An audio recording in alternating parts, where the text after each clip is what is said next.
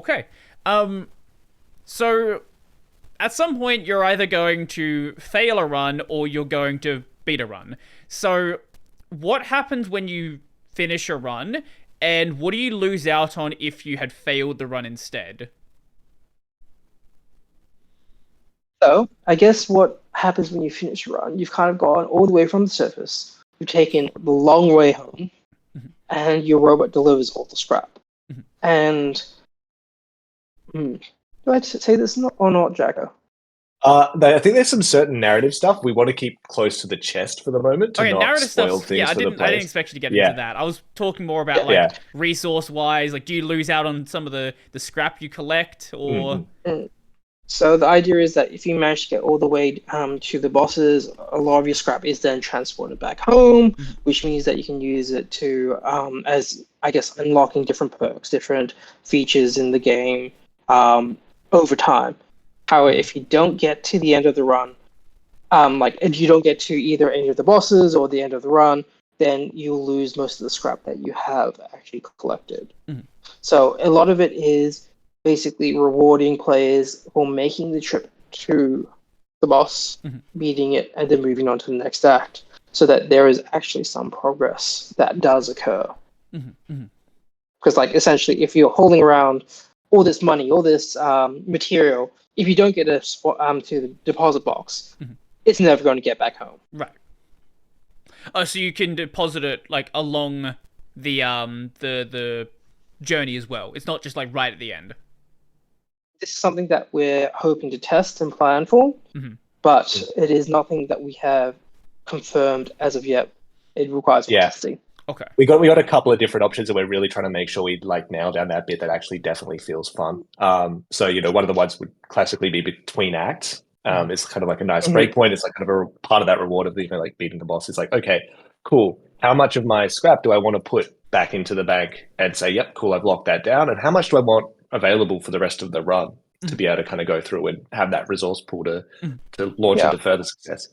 So it's kind of like yeah. a choice the player would then have to make. And we just try to like make sure we really get that, whether that's the particular final system we go with, where we don't want to lock that down yet, but that's one of the avenues we're definitely exploring. Yeah. Right, because there's different ways you can approach this. Where some games you'll have like some sort of resource system, and if you fail before the end, then maybe you don't send all of it back, or maybe only to the latest checkpoint you'll send it back. And then there's a game like Hades where like certain kinds of resources you don't get until those later parts of the run anyway, so you actually need to get to those further points, otherwise you're just never going to see them.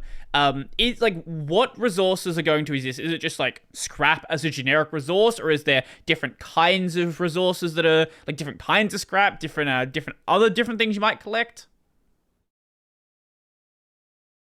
Yeah, I mean, so scrap would be the obvious first one. Mm-hmm. There are other aspects of things like the virus system where we were talking about that in terms of what that enables kind of in a meta progression sense that again kind of starts to get into some of those narrative options Mm-hmm. that unlock and that necessarily kind of unlocks some other parts of the game that you wouldn't maybe see. Mm-hmm. But not in like kind of one of the things we're like hoping to really see if we could get with that is rather than be like strictly, oh, I've got this resource, therefore this is unlocked Mm-hmm. kind of thing. It's like, oh, cool.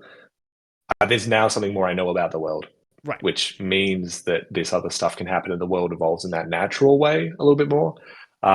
So rather than making it some kind of like specific resource per se, that it's like, no, okay, what's going on in Mm-hmm. the world uh, with these new discoveries? Mm-hmm. So, besides the narrative stuff, is there plan to have some sort of out of run progression system? So what we have, what we're intending to have as a full release of our game is three robots and three humans, which gives us nine different sets.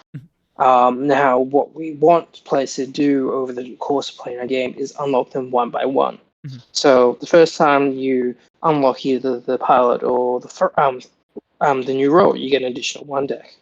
But then if you do the other variant, so if you took the pilot, then you get the drone, then you suddenly get two decks, and Mhm. then three decks, and then another three decks. So that's how we want players to unlock and progress things. We will also be having certain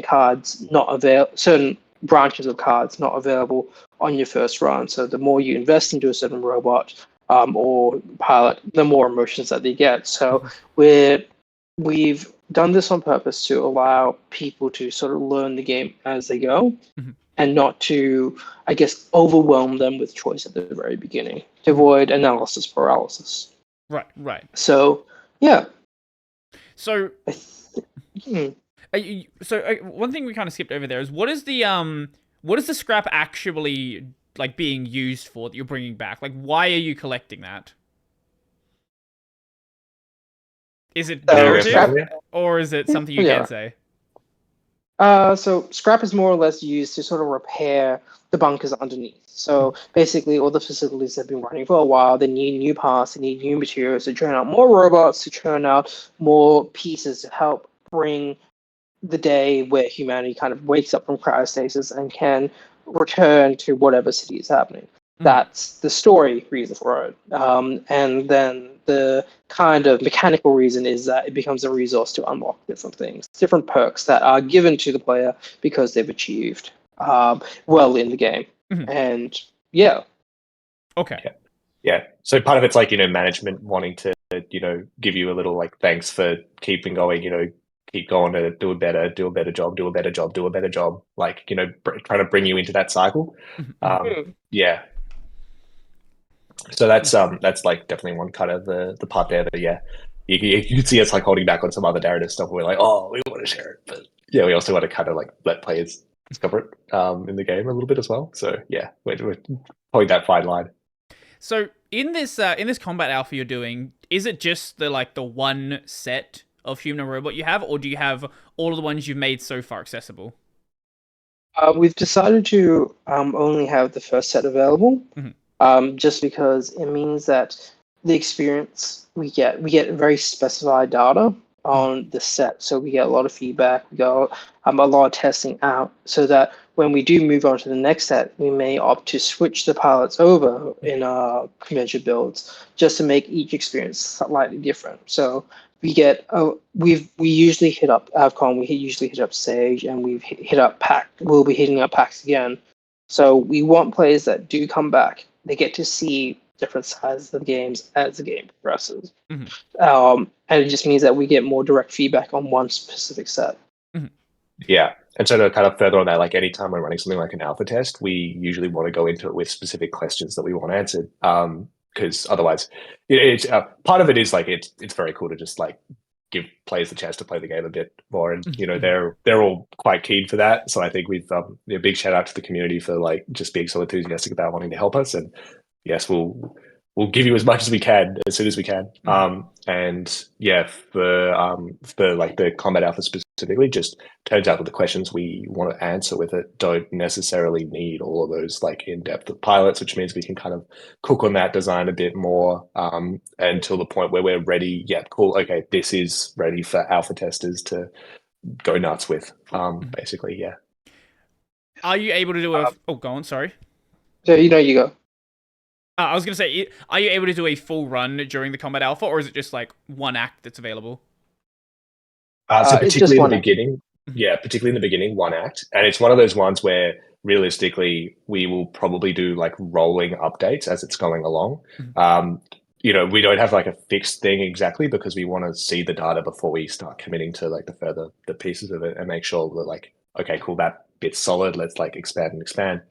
But yeah, just being able to kind of like tease in some of those next bits that, yeah, like, okay, it's one act and then, okay, two acts and so on and so forth, kind of being revealed throughout things.